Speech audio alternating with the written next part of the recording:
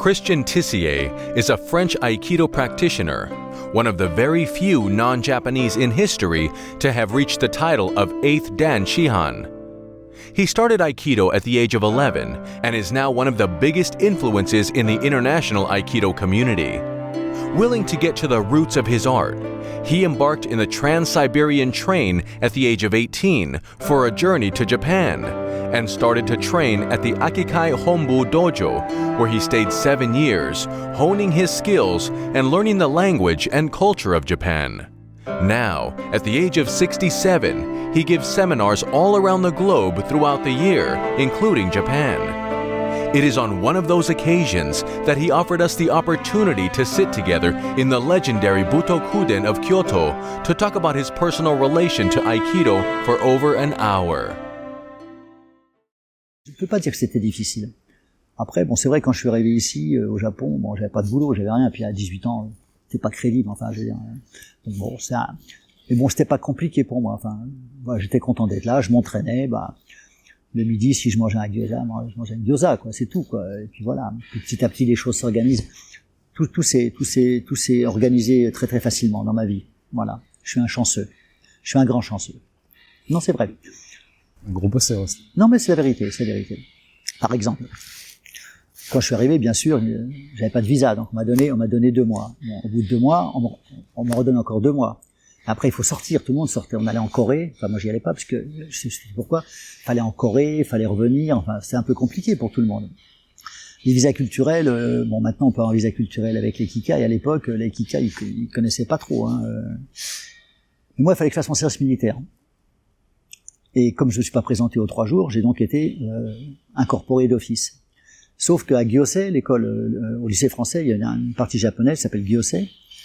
Ils recherchaient un enseignant. Moi, avant de partir, quand j'ai eu 16 ou 17 ans, j'ai passé en candidat libre un diplôme qui me permettait d'enseigner comme un instituteur à l'école primaire. Pourquoi j'ai passé ce truc-là? J'en sais rien. J'étais bachelier, mais c'était pas suffisant. Mais j'avais ce diplôme qui me donnait, donc ils avaient besoin d'un coopérant militaire immédiatement. J'étais là. Ils m'ont incorporé sur place. Donc je suis rentré en France aux frais du gouvernement pour récupérer un passeport de service avec un visa permanent. Donc si c'est pas de la chance, ça c'est quoi? Et ça m'a permis, avec ça, de rentrer, une fois que mes 2 ans de service militaire ont été faits, enfin service militaire, 4 heures par tous les matins au lycée français, ça m'a permis d'entrer à l'Institut franco-japonais, où tout le monde voulait rentrer à l'époque. Parce que bon, c'était le franco-japonais, on était bien payé, on était un cadre agréable. Donc, c'est que de la chance. C'est que de la chance. C'est marrant. Moi aussi, je vois beaucoup de choses dans mon parcours comme de la chance. Mais voilà. Alors, est-ce que ça se provoque? Est-ce qu'on est là au bon moment? Mais certainement. Mais c'est que de la chance, quoi. Ma rencontre avec Yamaguchi Sensei, c'est que de la chance. Il voulait personne. Donc, à un moment, qu'est-ce qui se passe entre 2 personnes, quoi, qui font que ça fit, quoi. Fallait bosser beaucoup quand même. Oui, mais c'était normal. Après, des fois, il y a des choses qui vont pas enfin, je veux dire, on peut avoir quelqu'un qui bosse beaucoup, qui est demandeur, mais voilà, c'est pas ça. Donc, voilà. J'ai eu de la chance. J'ai eu de la chance aussi d'avoir le même âge que le Doshu actuel. Même âge. Je suis 2 mois plus vieux que lui. Donc, un Kishomaru Sensei, 2 gamins, qui ont 18 ans, qui sont ensemble sur le tapis, et qui regardent comme ça. Voilà. Donc c'est magnifique. Donc t'es arrivé au Japon, t'avais aucun contact, tu savais pas où t'arrivais. Alors non, j'avais des contacts. En fait, il y a un monsieur qui s'appelait Arai, qui était un peintre assez connu, enfin plus connu maintenant, mais qui n'était pas connu à l'époque, qui était venu pour la peinture, qui était le premier dan d'Aikido, et qui faisait de l'Aikido avec Yamaguchi Sensei, et qui avait des amis de Meiji, donc quelqu'un qui s'appelait Noguchi, qui était le senpai de Yasuno Sensei, et puis un autre Ito, qui savait que je venais, donc qui sont occupés de moi. Donc dès que je suis arrivé, tout de suite, bon, j'étais un berge de jeunesse, etc. Mais assez rapidement, ils ont regardé un petit peu s'il y avait besoin de quelque chose, voilà. Donc ils sont occupés de moi gentiment, et voilà, ils étaient très présents.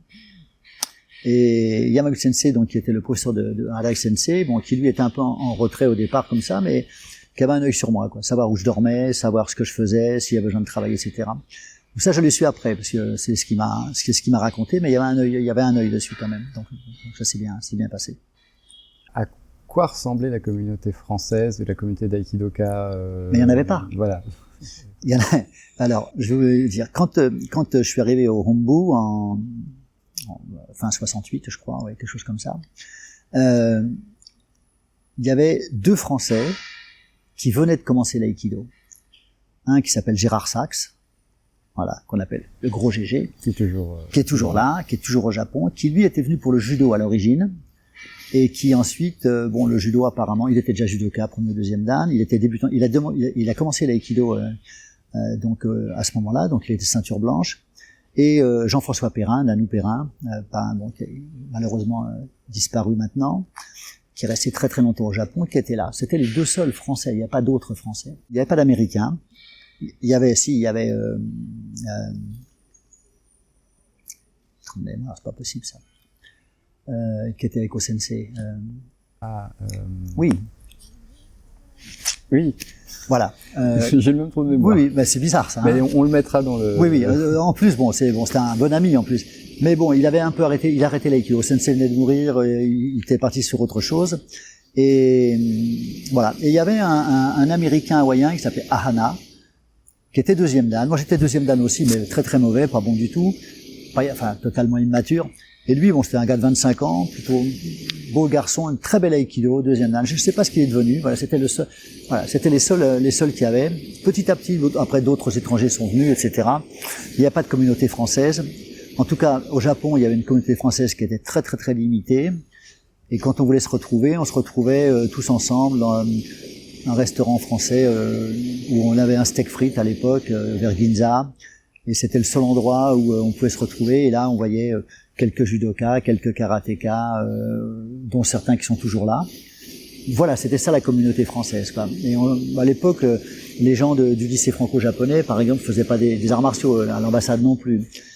Voilà, donc il y avait vraiment une communauté. Alors c'était intéressant parce que la communauté des budokas français on était très soudés. C'est-à-dire qu'on est très amis avec des judokas qui étaient là pour le judo, des karatékas qui étaient là pour le karaté.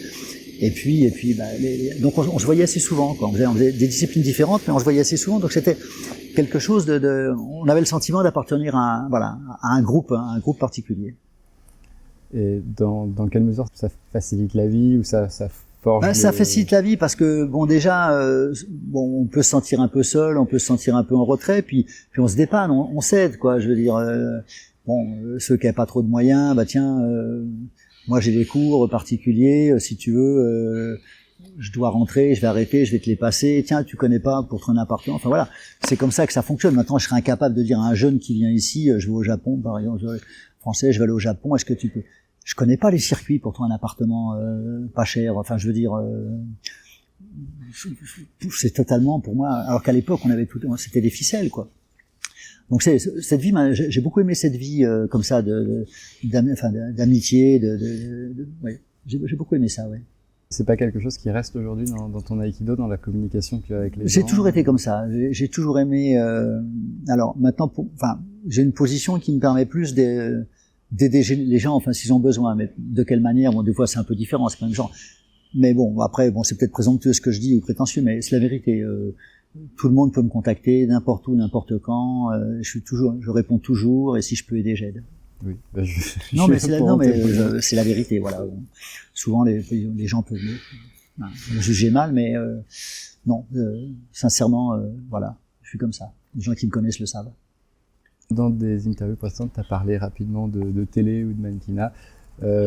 Quelle était l'image des Japonais de l'époque? Parce que comme il y a eu très peu d'étrangers, dans une interview avec quelqu'un qui vit ici depuis 30 ans, mais qui arrivait plus tard, il me disait, parfois au Japon, on reçoit beaucoup d'attention, parfois voulu, parfois on s'en passerait bien. Oui. C'était quoi ton sentiment à l'époque? Alors, c'est vrai que, Tokyo, ça allait encore, mais dès qu'on sortait du Japon, on rentrait dans un restaurant, c'était guys, tiens, il y a des étrangers, donc on sentait c'était un peu à part. Après Bon, ce sont des choses qui ont disparu. Les choses sont devenues peut-être plus simples. Bon, maintenant, évidemment, c'est beaucoup plus simple. Alors, le sentiment pour un immigré, j'étais un immigré quelque part, occidental au Japon, la vie est facile quelque part.